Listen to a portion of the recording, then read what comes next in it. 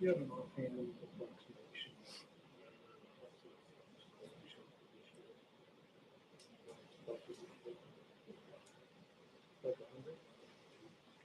Good morning. Today is Tuesday, February 23rd, and it's our regular board meeting, of which I'm going to call to order. And I would like everyone to please stand and let's say the pledge. I pledge allegiance to the flag of the United States of America and to the republic for which it stands, one nation, under God, indivisible, with liberty and justice for all. I might add that it's good to be back in the chamber with all commissioners present, Administrator Keith Johnson, and our clerk of the board. It also has 9 seats that are available for anybody from the public that would like to attend. At this point in time, I'd like to offer our time to Zach and Jim for the local legislative updates. Zach, Jim, you there? Oh, good morning. Good morning. Oh, thanks for the intro there. I appreciate you guys all the time here.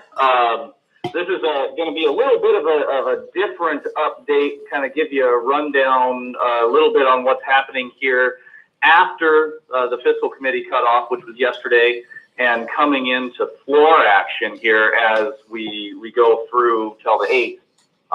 It's going to be an interesting ride is the best that I can call this, because here's what's happening.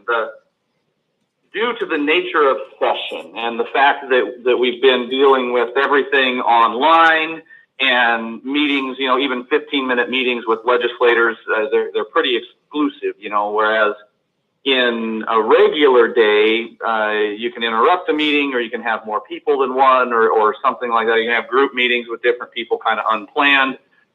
Everything has been, scheduled out 15-minute blocks throughout the day for the legislators, so they haven't had a whole bunch of time to really go through and take a good look at a lot of bills. So even though there were fewer bills introduced this year and fewer passed out of committee, the kind of standing statement that we're getting from the legislature right now is, especially committee chairs on bills, the ones that are more controversial, obviously.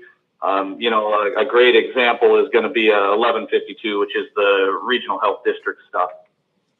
That one specifically, they pulled 1110, which is Riccelli's other bill, which talks about your local health district composition or your local board of health composition. So what they've done, and this is a great example, they've told us, the chairs of the committee and the sponsors have told us, we hear you, we understand what you're saying. We haven't had time to really address this bill and get all the changes in there, but we're out of time. We're too cut off. We have to pass it out of committee. We promise that we're going to amend it on the floor. And this is kind of happening across the board on a lot of these issues right now. And so what we have is the legislators, the sponsors of the bill, telling us that they've heard us, they understand us, and they're going to do their best to accommodate us. But we have to do it on the floor. Now, the question on that comes up is like, well, you've had 2 months to address these things and you didn't have time to get it done. What in the world makes you think that you're going to have time to get it done in 2 weeks and get this stuff off the floor in a condition that's actually going to make sense and that, that we can all live with? And so kind of the position this year on a lot of the legislation, no matter what it is, there's a couple of things that are helpful, but in general, we're kind of looking at stuff going, wow, at best, we really don't need this. So can we just pass on it? We're hoping that as we get towards the end of session, obviously we're going to get through, the floor action here over the next few weeks, see what they pass off the floor. And then it's very likely they might tell us, well, we didn't have time to completely get this worked out on the floor, but we got an amendment on it, and it's a little better. We'll figure it out in committee in the opposite house. And, they may just keep kicking this can down the road, and either one of two things hopefully will happen on some of these. Number one, they may bring it back on a concurrence calendar after it's been worked on in the opposite house, and then the sponsor is going to come and say, well, that's not okay, and the bill will die this year for lack of concurrence. I mean, that's best case scenario. The other side of it is, maybe they get it in a good position and it does pass. What is important to note, and the legislators know it, they know that, all the bills that are introduced this year come back next year. If they're not passed this year, they come back in their original form next year and they start over. So we could really, in essence, set a lot of these bills down, come back out in the 2022 short session, the budget session, and redress a lot of these things and come at it from a little bit of an in-person and a real perspective. So that's what we're hoping for. I'm not optimistic, but that's what we're hoping for. But as an example, back to the 1152 bill, what we have right now is no language from the sponsors or from the committees, in terms of what they're going to suggest as amendments on the floor. Just kind of promises. And on that one, some of the promises that they're talking about and they've acknowledged that in the rural areas, a regional health district doesn't really make sense. So yeah, we'll make it so that it's an option in your area if you want it, and make it a resource. And then in the big urban, say I-5 corridor, we'll make it so that it is mandatory, and that's how they work. As we've seen over and over again in this process, anything that they try and do just for the urban areas generally doesn't come out as the best thing for us out here in the rural areas. So where we're at is like glued to the TV right now, or glued to TVW and the floor calendar, watching what they're doing.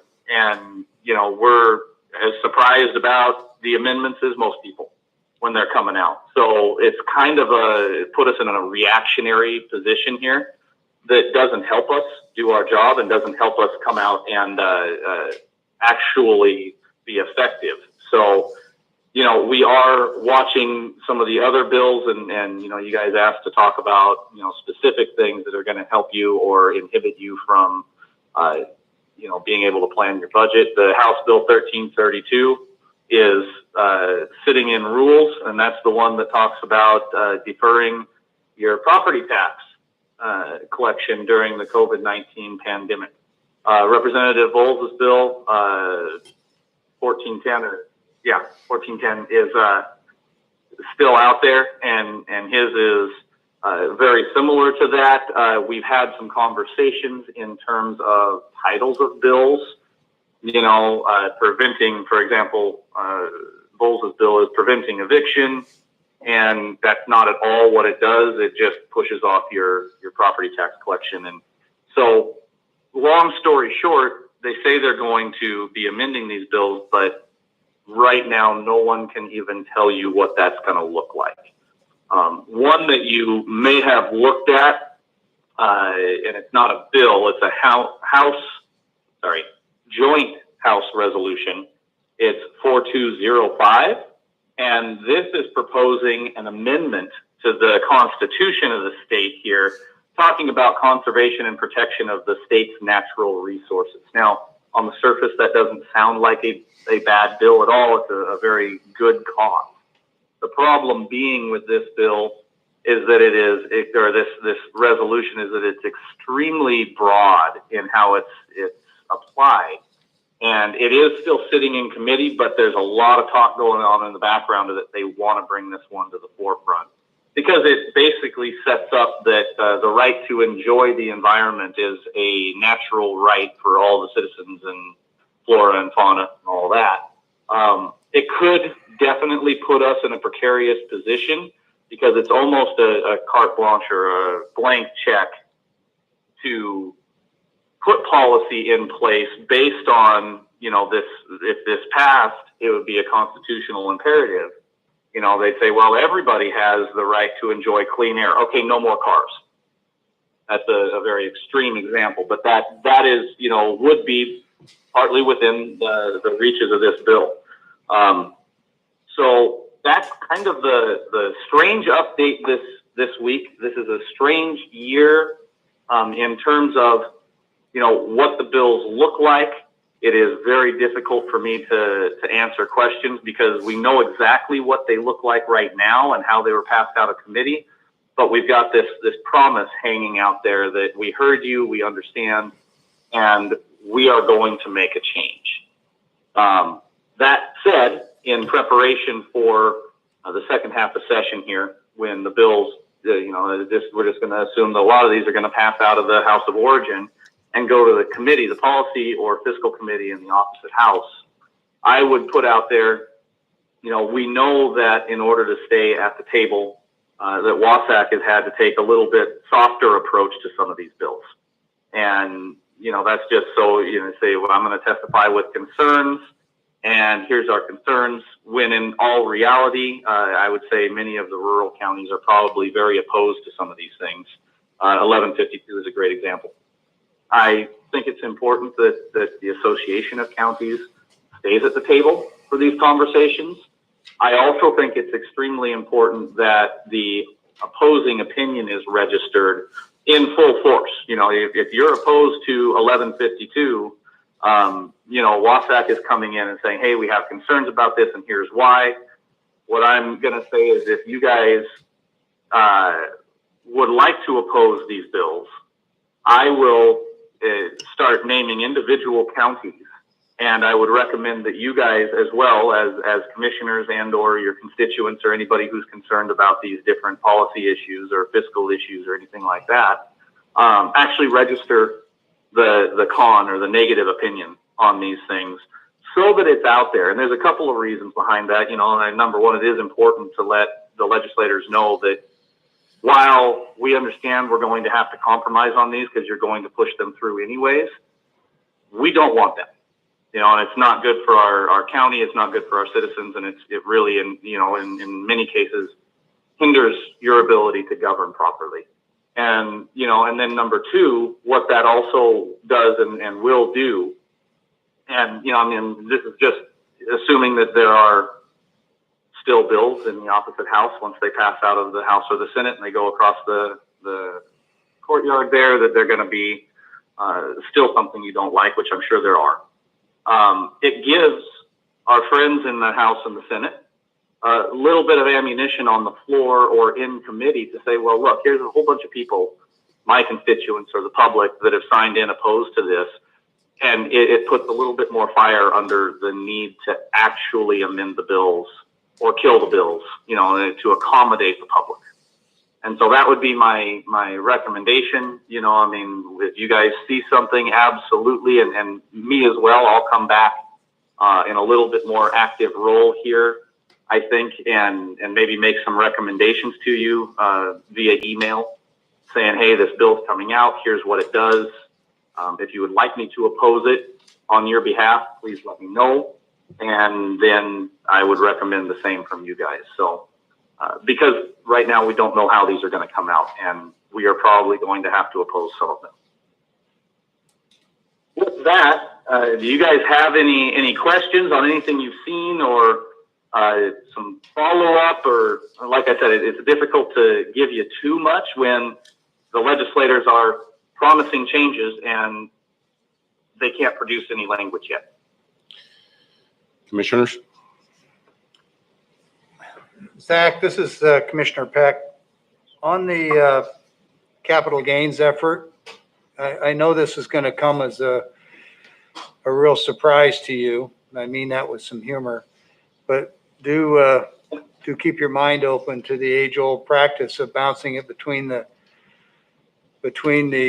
branches, between the House and the Senate, starting out at a 9% capital gains, which has now been kicked down to talking about a 7% capital gains, and that the final compromise becomes, all right, well, we'll drop it all the way down to a 3 or a 4, when 3 or 4 was the initial target anyway. We saw a similar maneuver with the current unlimited executive powers of the governor for emergency situations where there was a threat of a bill that had additional provisions that were pulled out, provisions that wouldn't have survived anyway, just like a 7 or a 9% cap gains wouldn't survive.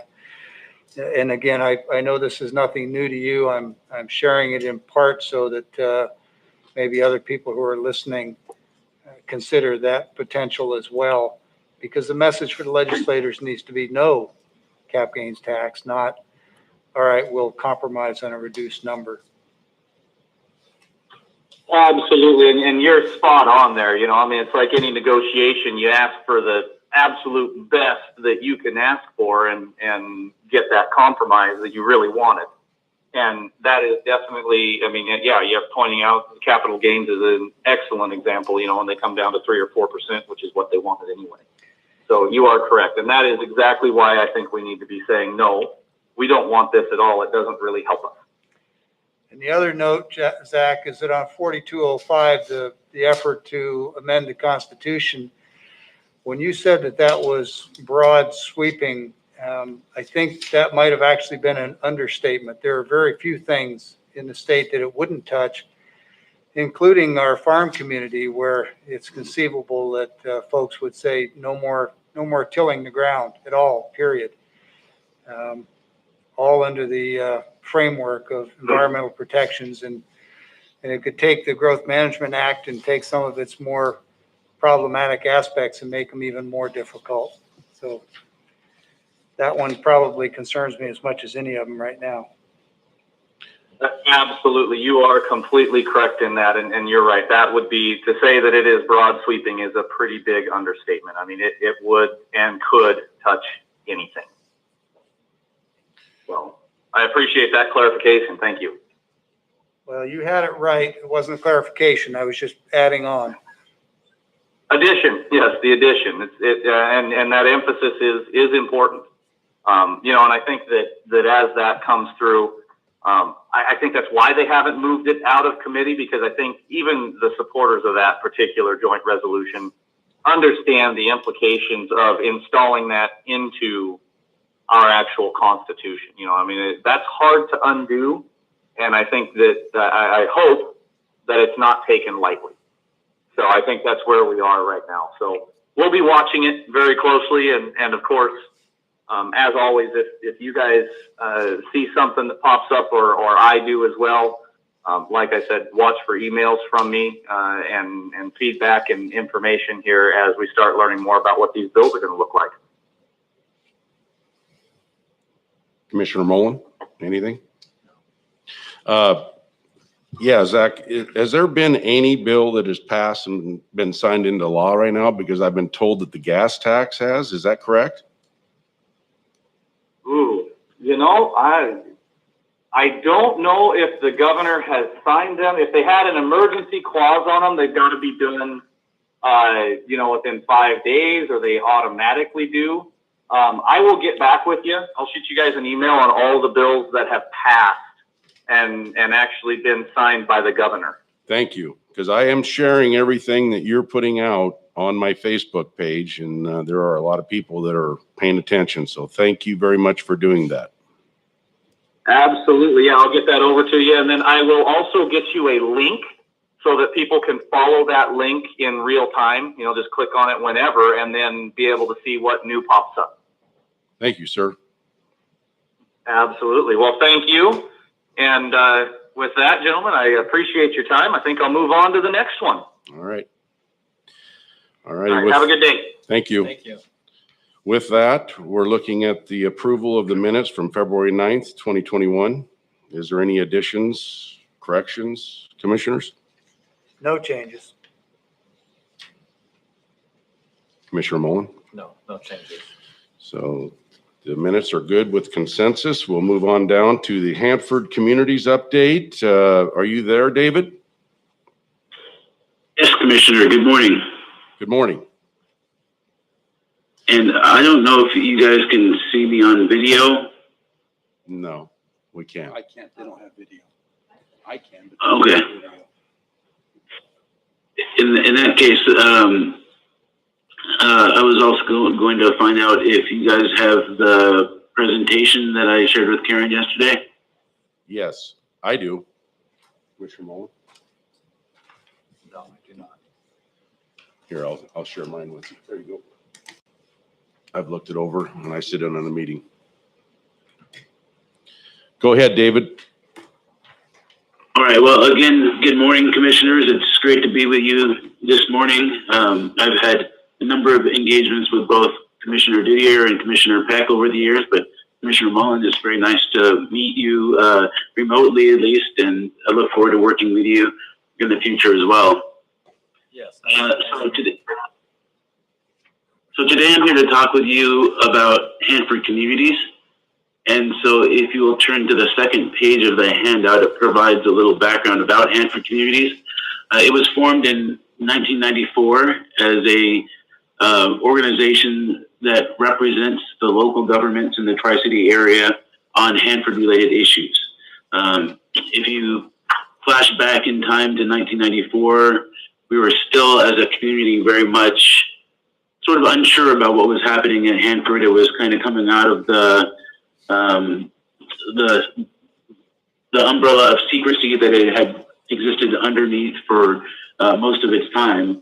And there was still a lot of maybe skepticism in the community about what was going on out there, and wanting to make sure that the community was being protected and was aware of the scope of the cleanup effort that was really at that time just getting started. And so the local governments came together to establish Hanford Communities, which again is to coordinate the local government involvement on Hanford issues, and also to increase the public's awareness and involvement in Hanford cleanup. Really, again, targeting the Tri-City community, and then to advocate for the community's priorities, and then also to provide technical and analytical resources to review, evaluate, and monitor conditions and policies at Hanford. If you will turn to the next slide, as you can see, we have a governing board that consists of one elected official from each of the 7 member jurisdictions. For Franklin County, Commissioner Didier is the representative. And the governing board sets policy for Hanford Communities. It meets approximately quarterly, although there will sometimes be special workshops or additional meetings as needed to address any timely issues. But it's the entity that really does the policy making, policy development, and discussion of the issues related to Hanford cleanup. And then there is also an administrative board, which generally speaking consists of the executives for each of the jurisdictions as well. And so Keith Johnson is Franklin County's representative on the administrative board, and that really handles the administrative tasks associated with Hanford Communities. It's really most of looking at the annual budget and any other just sort of administrative processes. And given that it doesn't have a great deal of scope, it traditionally just meets twice a year. But what is different, and turning to the next slide, slide 5, I believe, is in 2020, there were some pretty significant changes to Hanford Communities as an organization. Since its inception in 1994, Hanford Communities was operated within the city of Richland, and the executive director, who some of you may know, named Pam Brown Larson, was a city of Richland employee. But she retired last May, and before her retirement, some members of the administrative board spoke with TRIDEC about having TRIDEC operate Hanford Communities on behalf of the local government. And we felt like that made sense. For many of you are probably aware that TRIDEC also does a lot of engagement and advocacy as it relates to Hanford cleanup. And there was frankly quite a bit of overlap. And so there was perhaps an opportunity to kind of streamline some of the operations as far as the community's engagement with Hanford. And so in May of 2020, an agreement was signed where TRIDEC will operate Hanford Communities. And so in that vein, I also serve as the Vice President for Federal Programs at TRIDEC, and now also as Executive Director of Hanford Communities. And so I personally split my time 50-50 between the two entities, and then other TRIDEC staff provide support as necessary. like for example, in putting PowerPoint presentations together, which is not exactly my skill set. So the transition again was completed in May 2020, and I've been the executive director since then. The other component that I briefly referenced earlier of what Hanford Communities does is the public information effort, and that's been supported again for over 20 years now with a grant from the Washington State Department of Ecology. Given the uncertainties associated with COVID, normally the grant for the new state fiscal year would begin at the end of June, early July, but it was delayed by about 3 months and was signed in late September. But in the past, the scope of work that was funded with videos that were done kind of in long form. If you go to Hanford Communities has a YouTube page, you can see the videos on YouTube. And that's the way it's been done for most of Hanford Communities' existence. But with this kind of restructuring and change, we developed a new scope of work that we think better reflects the way that people take in information now in the year 2021. And so we have established a new website, hanfordcommunities.org, and I would invite all of you to visit that website. And it's built out, I think, in a pretty good manner for now, but the goal and the intent is to continue to build that website so it can be my vision for it is to be sort of a one-stop shop for anybody here in the Tri-City community who wants to know more about Hanford cleanup, the issues out there, or their local electeds' priorities as it relates to cleanup. They can go there and get some level of information and also be able to get directed to find, if they wanted to do a deeper dive on any particular issue, they could do that through that portal. And then also we have links to the events calendar. So if there are public meetings or public comment periods associated with any sort of Hanford work, those are also viewable on the website, as well as the Department of Energy rolled out a new Hanford virtual tour, which I think is actually a pretty cool tour that people can do from their computers. And so there's a link to that as well. And then we're also building out social media, particularly focusing on Facebook for now, and then continuing with the quarterly newsletters, although we're transitioning those from a hard copy to electronic. People can read on their computers or receive it by email. And so I just like to take a couple minutes to also just share what we're focusing on and the outlook for 2021. If you'll please turn to slide 6. And so the big news is that we have a new administration, a new occupant of the White House, and we are expecting a new Secretary of Energy. Jennifer Granholm, who is a former governor from Michigan, was nominated and is expected to be confirmed later this week as secretary. David Turk has been nominated to be the deputy secretary. But as it relates to Hanford, the political appointee that has the most oversight of the day-to-day cleanup operations is the assistant secretary for environmental management. And that person has not been nominated yet, nor confirmed, and so there is an acting assistant secretary in that role for now.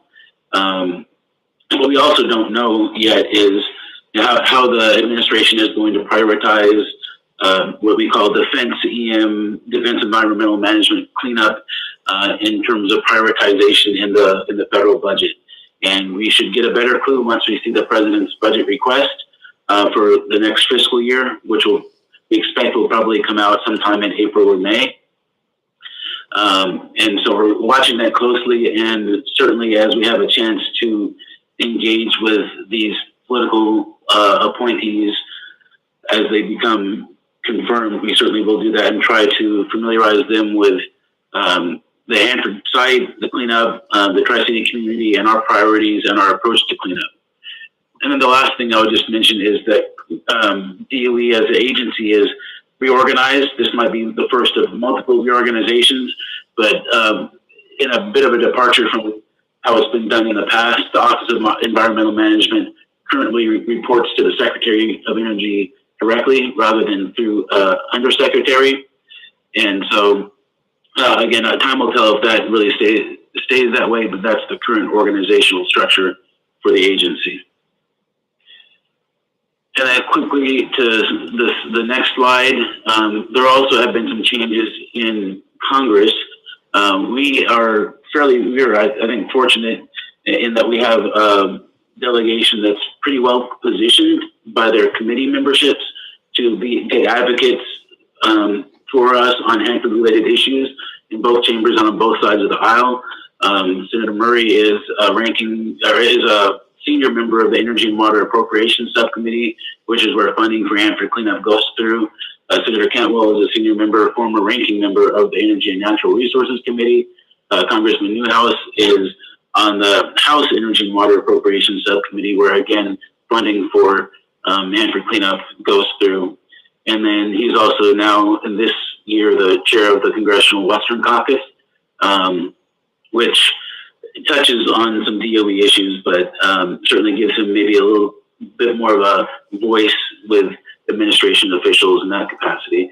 And then we're very fortunate too that Congresswoman Morris Rogers, who is obviously doesn't represent the Tri-City area, but she's close by, and she is now the ranking member of the Energy and Commerce Committee. And her predecessor, Greg Walden from Oregon, right across the river, was very engaged and very supportive of Hanford cleanup. And so we expect that that Congresswoman Morris Rogers will do the same in her new capacity.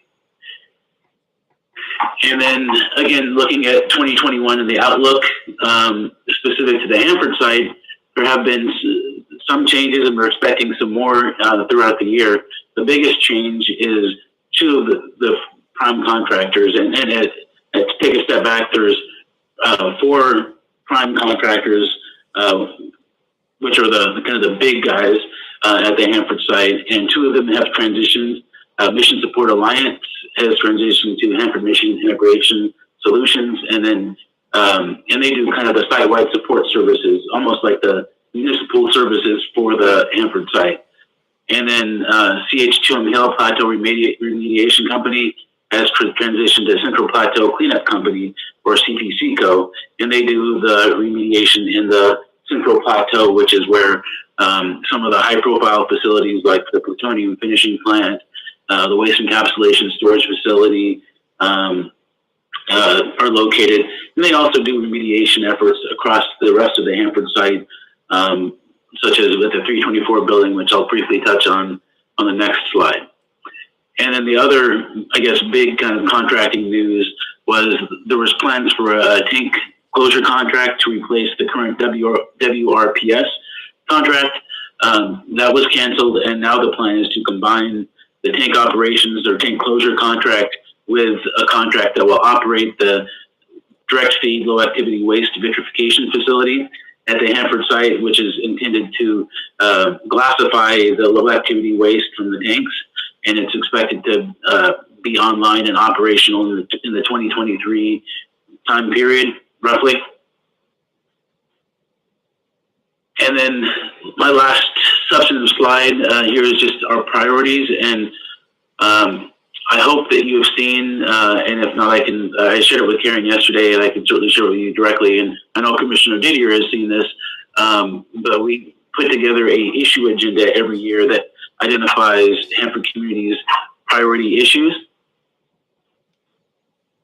And part of the role of that document is to kind of guide our efforts and our advocacy and engagement throughout the year based on the priorities identified in that issue agenda. But specifically, there were a couple that I wanted to briefly touch on. The first one is the high-level waste interpretation. Right now, the way the DOE has been managing waste and categorizing it is based on where it came from rather than what it actually consists of, which to our sense just doesn't make a whole lot of sense. For example, if you purchased a Sprite bottle at Safeway, you wouldn't put it in a recycling bin just for bottles that were purchased from Safeway. It would be based on the content of the plastic bottle. And so the idea is to, instead of treating waste or managing waste based on where it came from, managing it based on what it actually consists of, whether or not it's whether it's defense waste or not shouldn't matter. And for the Hanford site, that could lead to a very significant amount of cost savings and expediting cleanup. There was a report that DOE issued just last month that said the savings could be in the tens of billions, if not hundreds of billions of dollars. And so we're certainly going to be continuing to advocate for that in the effort to get Hanford cleaned up as effectively and efficiently and at the best best deal for the taxpayers as possible.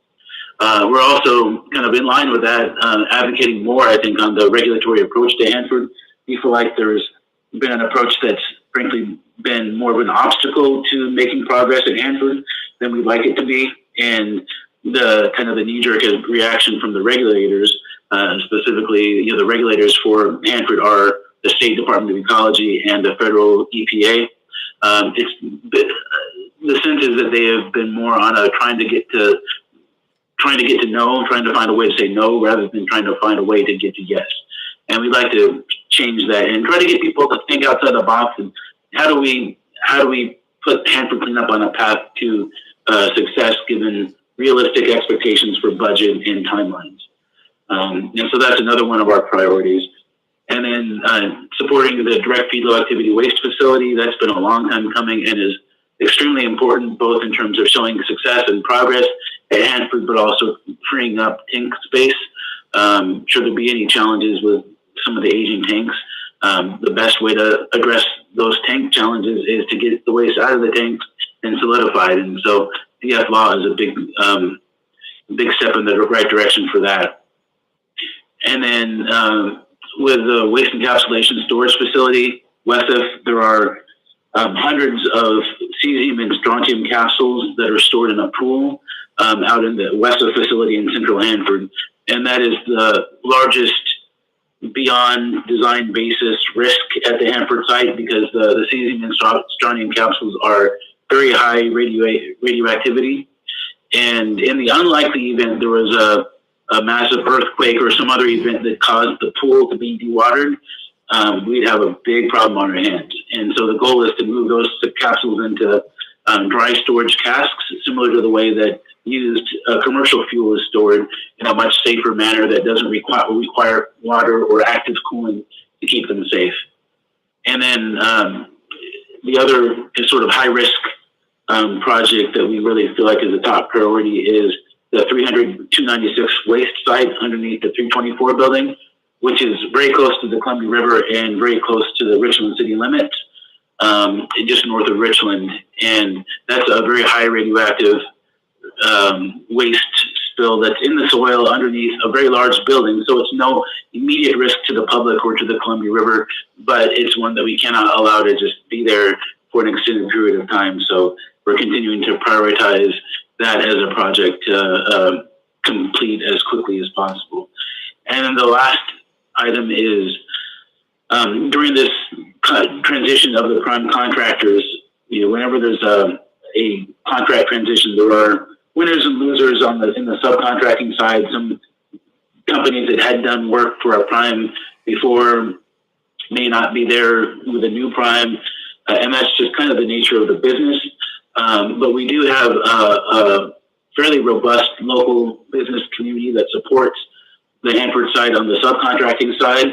And the way that transition was made, without going into all the details unless you gentlemen have any questions about it, but there are some concerns about the way that transition was made and how it was in some respects arbitrary and did significant damage to some of the local businesses. And so we've been working with the Department of Energy to try to address a way to still achieve their goals, but in a way that doesn't risk the viability of some of these local businesses.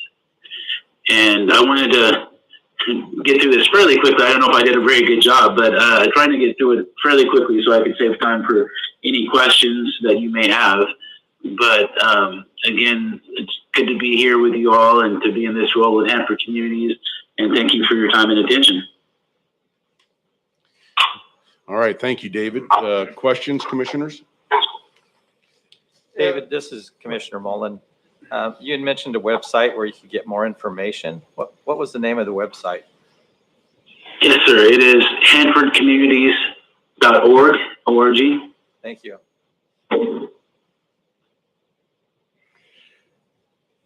David, Brad Peck, just having served on these committees prior to TRIDAC taking it over, I just wanted to publicly comment that I think the TRIDAC is a much better agency to oversee and lead the effort, and I'm pleased to see you involved with it, so thanks.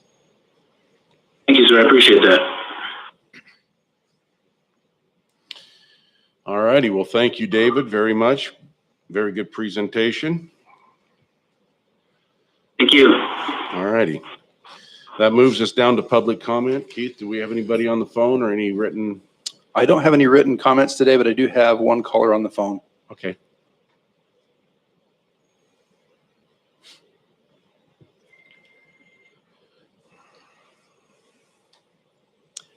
Good morning. Is this Luanda? It is. How are you today? You have the floor for 3 minutes. Yes, hey, I was just calling, just to kind of follow up on, my comments last week when we were talking about, showing our appreciation for Amanda McKinney and Will McKay. And I know at the end, Commissioner Peck had, commented that he had been a part of that as well. And in speaking to associates very close to Will McKay and Amanda McKinney, I was informed that actually that was not true. So I just was wondering if there was a possibility that, because it was stated in a commissioner meeting, that that could be corrected by Commissioner Peck sometime during the meeting. Anyhow, I just really would appreciate it so that we know that we can trust the things that our commissioners say when they are speaking to people. Thank you. So, Ms. Chairman, because there's been a direct allegation, I'm going to respond to this now. I think you would do well to speak directly with Commissioner McKinney from Yakima, with Jason Zakaria from the Benton Franklin Health District, and with Commissioner Greg Tompkins from Walla Walla County. I worked with and spoke with all three of them fairly extensively over the weekend in an effort to get the correct current data for Benton and Franklin counties, to get it passed through Jason Zakaria at the Health District, to have Mr. Zakaria feed that, or at least ensure that it got fed to the Washington State Department of Health within an hour, which he did, and reported back that it had been done, it had been received by DOH, and that our state reps and state senators were then working with the governor's staff downstream to Washington Department of Health to ensure that the governor was aware of those corrected data and that we got reconsidered for phase 2. It was Commissioner Tompkins, who probably is one of the few commissioners in the state of Washington that has more years of commissioner service than I do. And I'm paraphrasing, but feel free to call him. He said, "Thanks very much for all your great effort and for making this happen." Now, he was talking about my piece of it that he had asked for help with. And that, again, paraphrasing, but this is close to a quote, "I know who to call in Franklin County when I need to get something done." So, Ms. Hatch, respectfully, your sources are incorrect, and I would refer you to Commissioner Tompkins. The only member of the four that I didn't have direct contact with during that effort was Commissioner McKay. Yet I still credited him in my Facebook post because it was my understanding that he too was involved. But he's the only one of the four that I didn't speak with. And again, your sources, ma'am, are incorrect. Thank you. All right. With that, we'll move on to office business. I think we have 2 vouchers today. Yes, I'd like to make a motion for approval of fund expenditures in the total of $1,088,749.61 as presented, and note that has been reviewed and signed by 2 representatives of the auditor's office and the county administrator. Second. There's been a motion and a second. All in favor, say aye. Aye. Aye. Aye.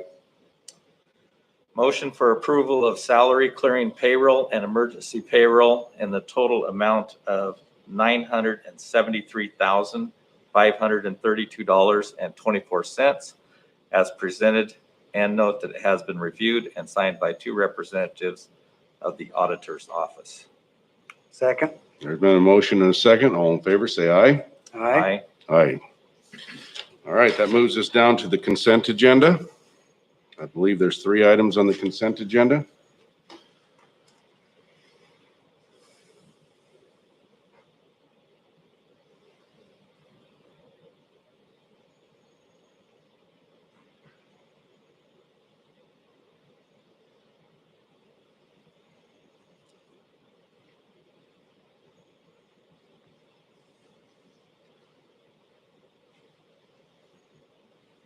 I move for approval of the consent agenda, 1 through 3. Second with discussion. There's been a motion and a second. Discussion, go ahead. So on, let's see which item number this is. Consent item number 2, which is the Open Space Advisory Committee. I had a question for Mr. Rosenauer, or maybe just an observation. He can share the information later. I want to start by saying that I know all of the members here that have been identified for reappointment. They're all great people with great experience, and I know have served the county well in the past, and I'm happy to support their reappointment. But I do think that in the literature here, and I should probably double check instead of working just from memory. The recommendation is to approve these members to serve for 1 year, and there's nothing wrong with that recommendation. But in reading the statutes, I didn't see anything that spoke to the term for these particular service positions, which is a little unusual. Most of our committees have terms associated. So my question is not whether or not this is a good thing to do. I'm happy to support it, but I'm just curious, is anybody aware of any terms for this particular appointment and service for the Open Space Advisory Committee? If I may Commissioner interject. Peck, John Rosa, I can address that for you, sir. Great, thank you. Yeah, you are correct on the statute. There is no limit of time service. These individuals have been contacted. They'd served in the past. They'd been contacted before I came on board, and they'd always been appointed for a 1-year term in the past. So I simply stayed with that for this year, having not had the opportunity to look at the individuals on the list or even consider others or have others have the opportunity to come forward and say they'd like to serve on it. So that's why we stayed with the 1 year on this, Commissioner Peck, and then we'll relook at it later this year and see what the recommendation would be for the commissioners for next year. Okay, well, thanks for the clarification, or the additional information, I should say. And I appreciate you indirectly answered what was going to be my second question, which is typically we advertise these opportunities. But one, I know that oftentimes we'll advertise for positions and we have trouble finding people who will apply. 2, we've got a slate of people who have performed well in the past and they're willing to continue. And 3, with COVID and the other administrative inconveniences, we'll call it this year, I think it's responsible just to go ahead and reappoint them. And I suspect if we've asked them to do 2 or 3 or 4 years, they might very well have run. So run as in run away. Thanks very much. No other questions. Okay, there's been a motion and a second. All in favor, say aye. Aye. Aye. Aye. Down to administration business. Commissioner, I do have a caller on the line if you'd Oh, prefer to. okay, Do we'll that take the first. caller now, yes. Okay, thank you.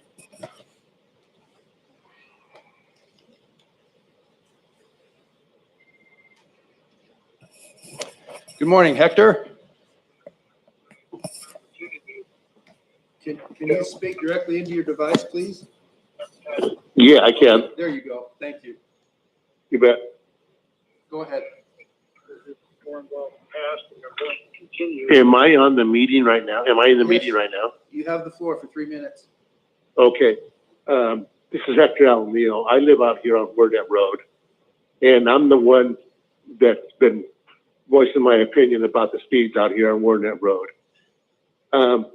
This is to direct to Jim Raymond's comment last week or 2 weeks ago about that this is his neighborhood. Well, Jim lives up the neighborhood towards Livingston Road, not Warnett Road. And the only reason I say that is because I live on Warnett Road. And the people here are concerned about the speeds because they keep getting higher and higher and higher, irregardless about those speed signs. The speed signs are there now.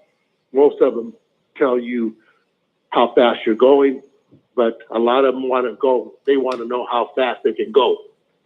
And that's my concern, that they're not working anymore.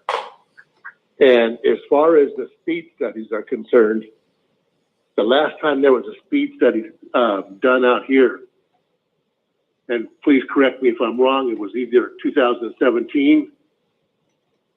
I believe that's the last time one was done out here. But the 85% that Matt Mahoney keeps talking about, well, that number, everybody uses that number. I've talked to a city official in Boise, Idaho. He told me the same number, 85 percentile, that that's what they're gauging as far as success on these signs. But you know what? You have to live out here in this road, to know how fast these people are going. And it just doesn't make any sense. And I appreciate the commissioners hearing me out on this and taking me seriously about it, because I don't do it for attention. I don't do it to cry wolf. I do it for the safety of the community. And the community that I live on is between Road 44 and Road 48. That's my main concern.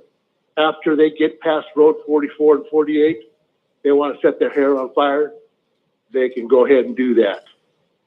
But my main concern is this part of the road right here. And I'm doing everything, and I will do everything that I can to help Franklin County commissioners with this problem. So that's my comment today. Thank you, Hector. I appreciate it very much. Okay, No other callers at this time. with that, we'll move down to administration office business. Thank you. Yeah, at the beginning of the meeting, Commissioner, Chairman pointed out that we're in phase 2 and able to do some new things with our meetings. Finally have the board back in person here in the chambers. That's probably going to lead us to needing to address having the public attend our meetings. As you said, there's 9 chairs in the room. As long as we, as the public can understand that we have to limit attendance in this room, and they would still have the capacity to listen and view the meeting online. Want to make sure that the board's aware of that step forward. We're pleased that we're in step 2. Remind you that phase 3 or phase 4, whatever those would look like, have not yet been defined by the governor or the legislature. Those things are being discussed. So there are some limitations still that we have under phase 2. One of which is they are still asking or strongly encouraged to have employers have their employees work remotely as much as possible. I know there's a number of offices in the courthouse that are doing that, but because we have never fully shut down the courthouse, many of our public engagements and those matters of business that can't be done remotely are still open and available in the courthouse. But just to let you know that we are still doing a lot of remote work, but moving in the direction of bringing people back into the office. That also, the phase 2 allows us under what's called the miscellaneous venues COVID-19 requirements to have in-person business meetings. That's what's allowed us to meet. With those, masking is continued to be required. So if any members of the public come to a public meeting, even if they have a medical exemption for wearing a mask, they will be required to wear one during the in-person meeting. And I just want to make sure that the public is aware of some of those limitations. Even though that we are seeing progress, we're still have some binding parameters that we have to follow. Any questions you have about those, or any discussion that the board would like to take up at the time? That's okay. We still will provide online capability for people to view the meeting over YouTube or AV capture. We'll use the WebEx to allow staff and participants in the meeting to have access, so that format seems to work pretty well for us right now. With that, that's all the official. Before we move on, Mr. Johnson, I think I do want to make an observation about the phases.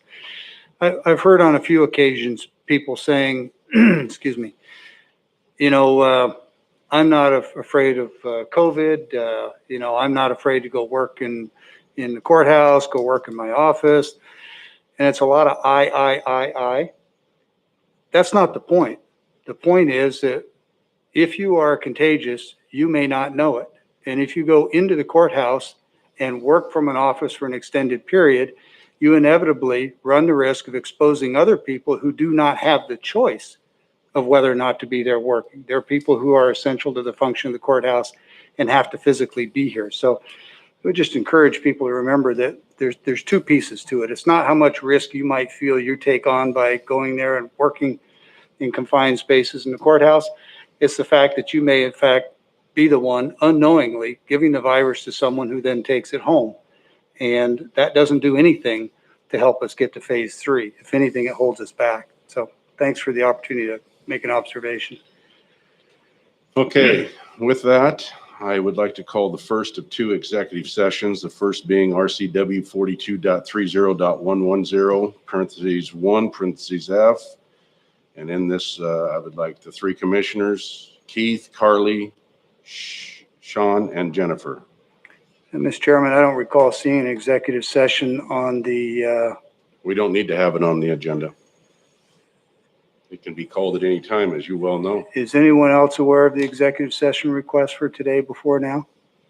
Mr. Mullen? It doesn't need to be on the agenda, as you well know. That's not my point.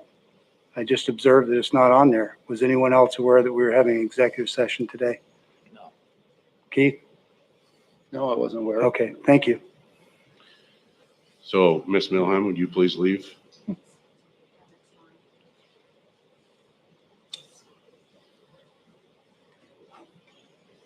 we have a time?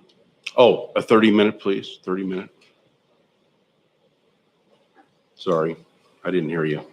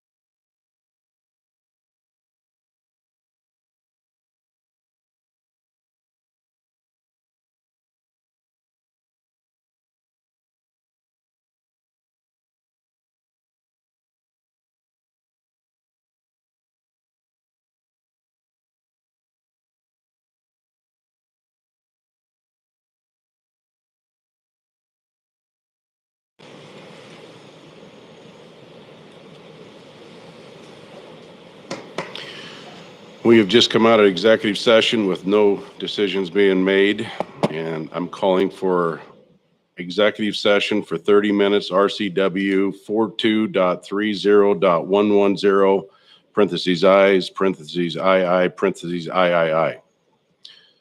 And I'm asking for the three commissioners, Karen, Keith, Carly, Sean, and Jen.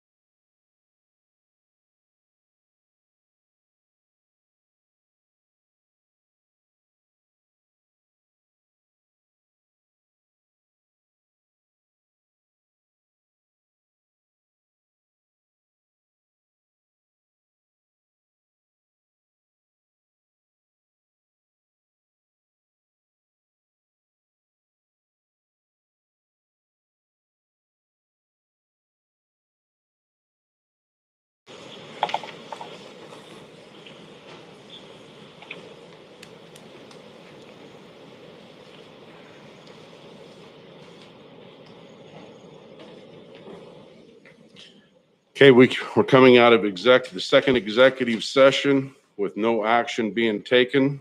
And at this time, I'd like to make a motion.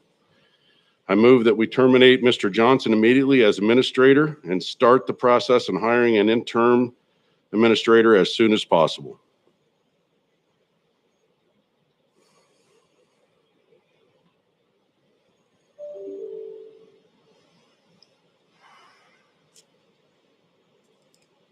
Is there a second?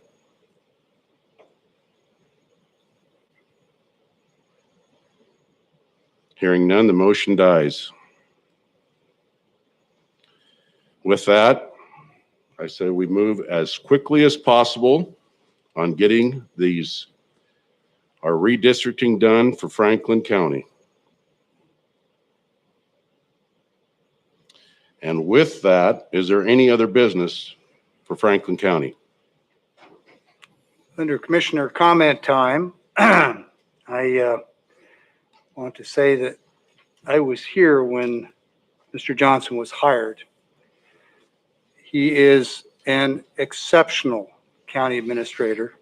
His qualifications and his performance have been extremely good. I sit on a couple of state boards and I'm heavily involved with the Washington State Association of Counties. I get to talk to other commissioners all the time. And a lot of that conversation revolves around how they do things in their counties with the idea of learning something that maybe we're missing. And I can tell you of the stories I've heard of county commissioners that we are exceedingly fortunate to have a person of Mr. Johnson's qualifications and I think performance. And while I respect the chair's right to make a motion, I could not disagree more with that motion. Thank you.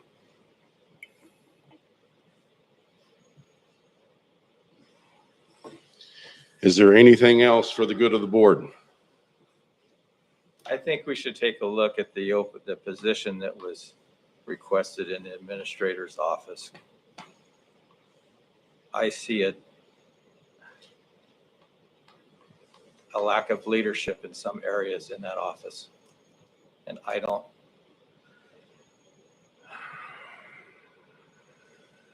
want to move too hastily on this decision, but obviously, being new, I do see some problems in that office. And I think we should take a look at hiring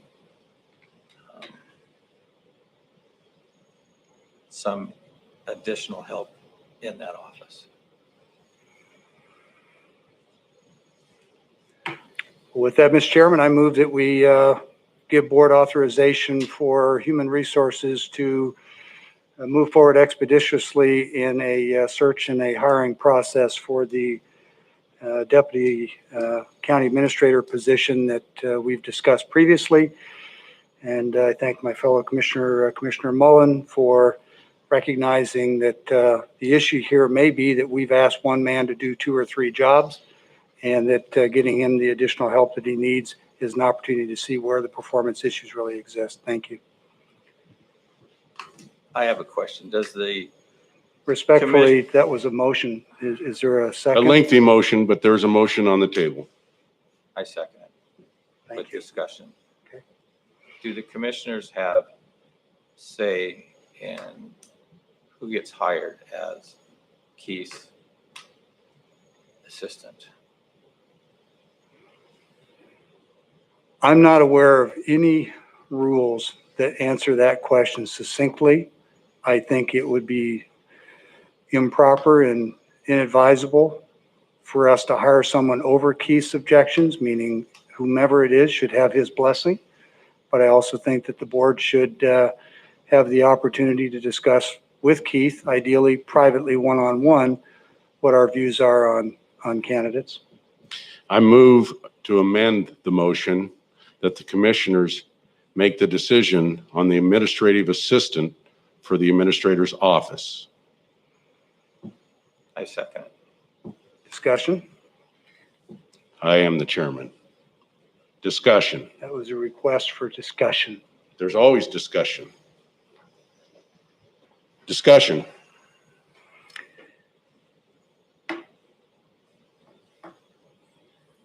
if I understood the motion correctly, it was for the board to make the decision on the selection. If we don't trust our county administrator to make a hiring decision for his deputy with our input, that's concerning. And we're talking about an executive level individual with decades of experience, and now we're going to second guess his ability to hire a deputy. I think it's inappropriate. I think it sends a horrible message to staff. I think it's demoralizing. Those are my comments. I don't think it's second guessing. All I'm saying is I want to have a voice in it. Because as someone new, I do see some I agree with the inaccuracies. voice. I agree with you. It's just, I think the proposed amendment was that we would make the decision, not the county administrator. My motion was that we give him the final call, but he has to consult with each of us and get our input.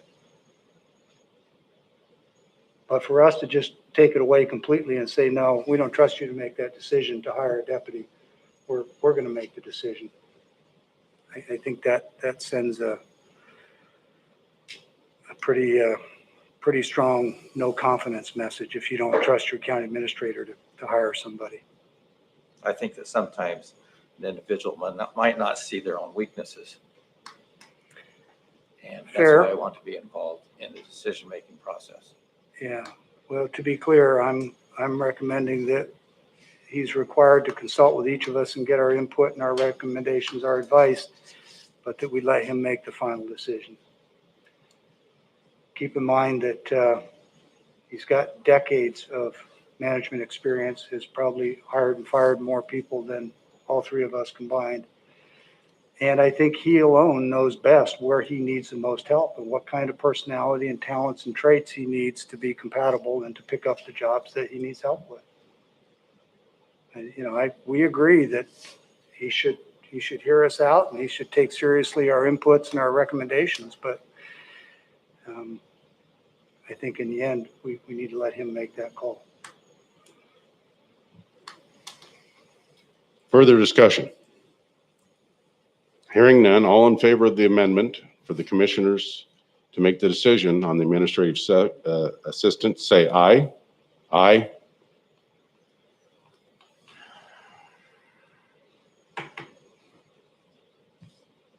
All opposed? Nay?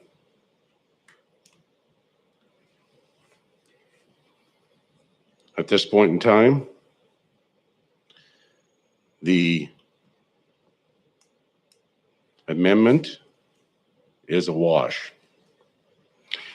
All in favor of electing, all in favor of Keith hiring an administrative assistant for the administrator's office, say aye. Aye? Opposed? Nay. It's a wash. Mr. Mullen hasn't voted yet? Like I said, I make a motion that the commissioners be involved in the decision-making process along with Keith Johnson. The initial motion was exactly as you described. No, the one that I understood was that he would make the decision himself. No. The motion, Excuse me, there's been a motion and there's been an amendment. They've both been voted on. They both washed. We will need a new motion. May I offer just a little bit of guidance on that? Please, Keith, go ahead. I'm more than happy to include the commissioners in a final decision. What it would, as a practical matter, what it should look like is I bring a recommendation to you. You would have an opportunity to interview that individual, ask questions, review their resume, and I work for the board, so ultimately it would have to be a collective decision. So I appreciate that. I have no qualms agree about with that. involving the board. I would be remiss if I did not involve the board in a position of that importance to the county. I appreciate that, and I make the motion that we follow the advice of the county administrator on hiring the position with the input of the county commissioners. second? Been a motion and a second. Discussion.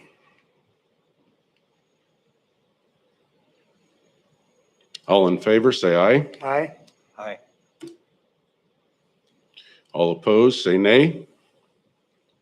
I abstain. Motion passes. Is there any other business for the good of the county?